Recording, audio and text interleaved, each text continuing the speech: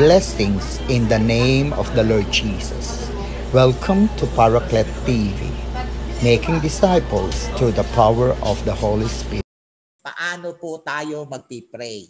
Ano ang sabi dito? Una, let us talk with God about everything. Ipanalangin, makipag-usap tayo sa Diyos ng mga bagay na alam nating kailangan ng tao.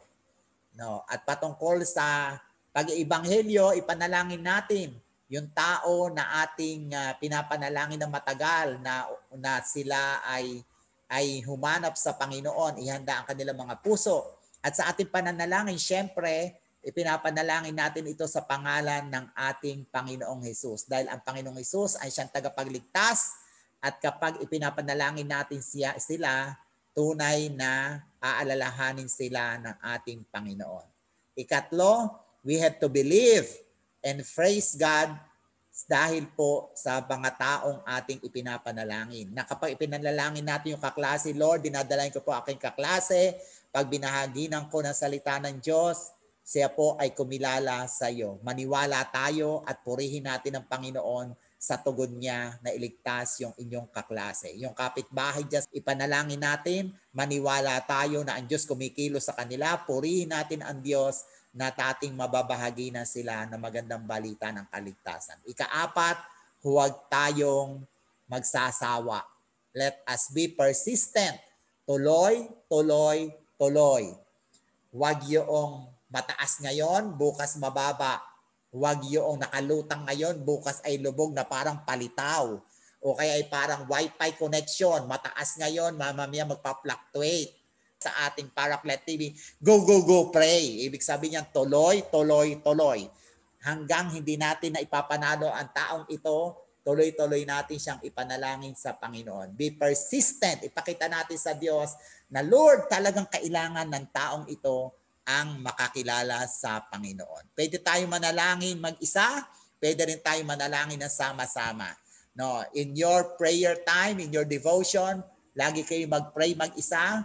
Ang Diyos ang inyong kasama sa inyong pananalangin. Kausapin nyo ang Diyos.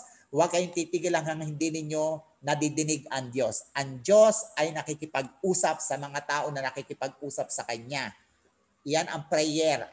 Ang prayer, two-way. Hindi pwedeng tayo lang ang nagsasalita. Dapat yung kinakausap din natin nagsasalita.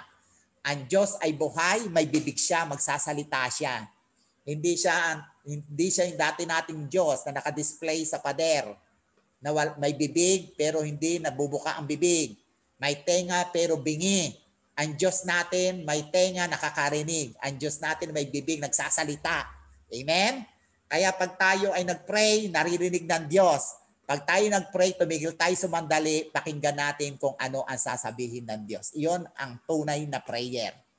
Let us not stop until we hear and listen from God. At ang tutulong sa atin niya, syempre walang iba, kundi yung nakakakilala mismo sa Diyos. At ito wala iba kundi ang banal na Espiritu. Pang-anim, let the Spirit of God help us in our prayer. Bakit? Kasi hindi tayo marunong mag-pray. Ito ang sabi ng banal na kasulatan, ang banal na Espiritu ay siyang tutulong sa inyo sa inyong kahinaan. Anong kahinaan? Hindi tayo marunong mag-pray. So we need the Holy Spirit so that He will be the one to pray through us. And when we pray in the name of Jesus, ito po yung nangyayari. Una, we ask on the basis of the promises He has given us. Yung mga promises ng Panginoon, iyon ang ginagawa natin basihan sa ating pag-pray. Ano sabi ng Panginoon? Go and preach the gospel and I will be with you. Ang Diyos sumasama sa tao kapag siya ay nagbabahagi ng salita ng Diyos. Dahil ang salita niya binabahagi natin, binabackupan niya ang kanyang salita. Kaya sumasama siya sa atin. Kaya pa nag-pray tayo, ang kinin natin yung pangako ng Diyos. When we pray in Jesus' name, whatever we ask, He will give it to us. Ano man nahingi natin sa pangalan ni Jesus, ipagkakalob niya yon sa atin. Pangako niya yon ang kinin po natin. When we pray in Jesus' name, ang sabi dito, ask on the basis of His redemption that makes us children of God.